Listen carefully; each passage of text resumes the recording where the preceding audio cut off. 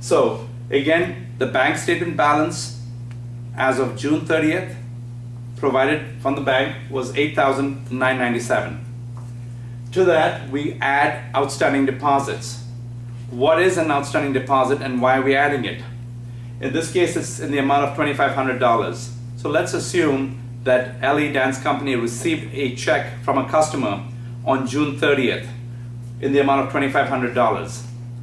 It came in the mail June 30th morning, and LE's bookkeeper immediately recorded this check in LE's books, and that caused LE's book balance to increase by $2,500 because of this check coming in. So this $2,500 then is already included in this $10,000 balance, because remember, this $10,000 balance is as of June 30th, and LE's bookkeeper did record this transaction on the 30th morning, and this balance is as of the 30th evening. Later that evening, LE's bookkeeper went to the bank and deposited the check in the bank. It was a Friday, so the bank was open late, around 5 o'clock. The check was deposited. Now, as you may know, that all banks cut off their banking day sometime late in the afternoon or even maybe early evening. Let's assume in this case, LE's bank cut off their banking day at 4 p.m. and LE's bookkeeper only deposited the check at 5 p.m. What does that mean? This means that once any transactions take place after the banking day is over, then those transactions are reflected in the next banking day. So even though the bank may cut off its banking day at 4 p.m., they may physically stay open till 7 or 8 p.m. that night, being a Friday.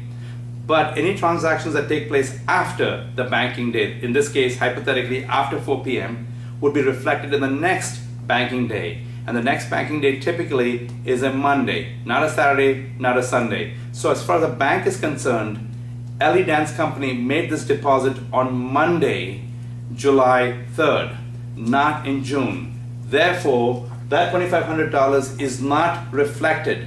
Again, let me repeat, the $2,500 deposit made on June 30th evening is not reflected in this $8,997, but it is reflected in the $10,000 book balance. Therefore, as part of our reconciliation process, we need to add the $2,500 to the bank statement balance.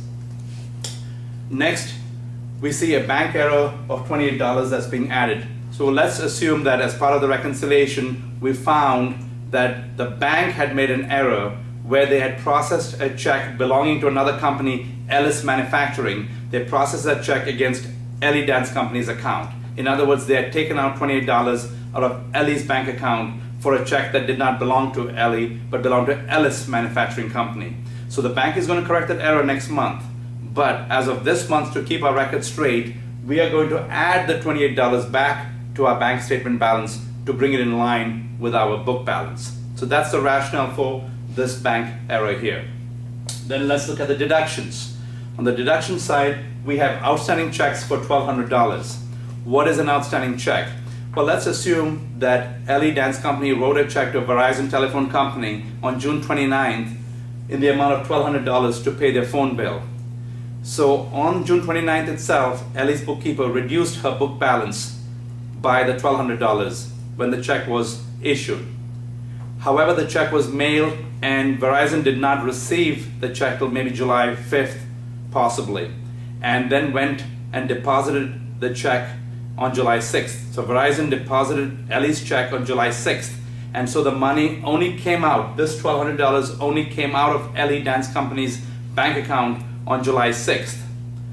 So as of June 30th, this $8,997 does not reflect this $1,200 check being processed, because remember, this $8,997 is as of June 30th. The check only came against the bank account next week in July, around July 6th. However, the $10,000 book balance already reflects the $1,200 being taken out, because as I told you earlier, LE's bookkeeper reduced her book balance on June 29th itself when the check was written. So therefore, to reconcile the two balances, we need to reduce the bank statement balance by $1,200 now. Next, bank error. In this case, there were no bank errors that affected the bank balance from a deduction standpoint, so we have a zero in there.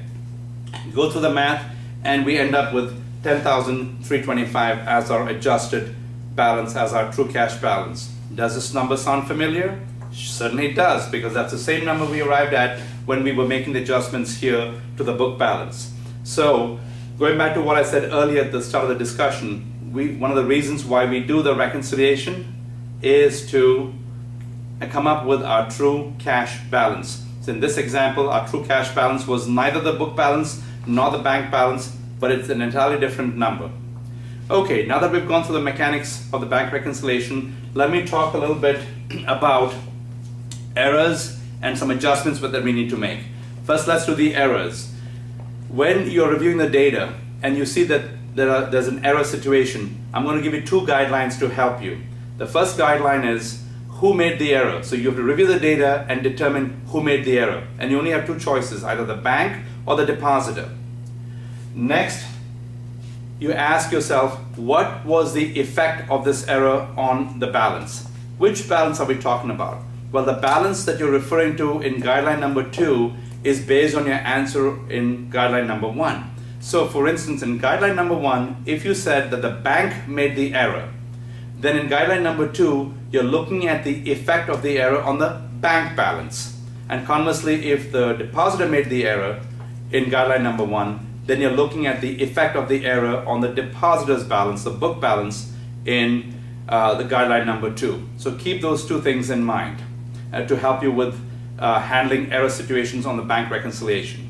Next, we'll look at the adjustments. Once you've done the reconciliation, you may recall again that this $10,000 is the balance that's sitting there in your accounting records in your general ledger cash account. But you have gone through the reconciliation to arrive at a $10,325 true cash figure. But all you've done is done this reconciliation on a piece of paper, hypothetically.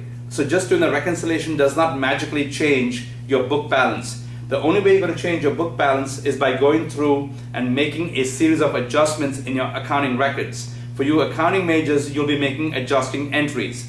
And you have to make adjustments for every single addition and every single subtraction on this side, that is adjustments to the book balance. So once you do that, once you make those adjustments, then your accounting records will reflect a $10,325 cash balance, which will ultimately be the balance that will then be reflected in your balance sheet, which you'll be preparing next as of the end of the month. And that concludes our discussion on bank reconciliations. I hope you found this informative. And as I always like to say, this is Professor Lazarus signing off, and we accountants work our assets off.